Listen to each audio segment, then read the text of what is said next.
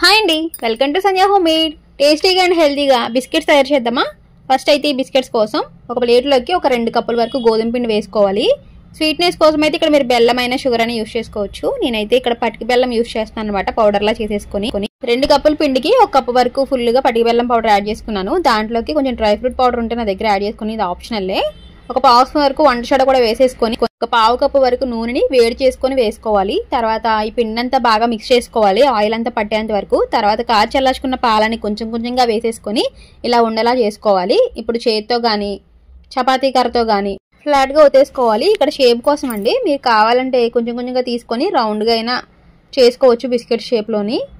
నేనైతే పిల్లలకి నచ్చేలా కొంచెం చందమామ షేప్లో చేద్దాం అనుకుంటున్నాను. సో అందుకని ఒక గ్లాస్ తీసుకొని గ్లాస్ ఇలా షేప్ ఇస్తున్నాను అనమాట. కొంచెం కొంచెంగా తీసుకుని ఇలా ఫ్రంట్ కంటే మనకి చందమామ షేప్ వస్తుంది.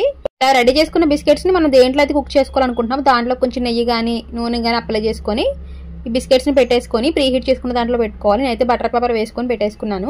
35 నుంచి 40 నిమిషాల వరకు కుక్ చేసేసుకుంటే మనకి బిస్కెట్స్ ఇలా కలర్ వస్తే కుక్ అయిపోయినట్టే. చిన్నప్పుడు చందమామ బిస్కెట్స్ ని అందరం తినేవాళ్ళము. టేస్ట్ సేమ్ కాదు కానీ షేప్ అదే కాబట్టి పిల్లలు అయితే చూడగానే ఇష్టంగా తినేస్తారు.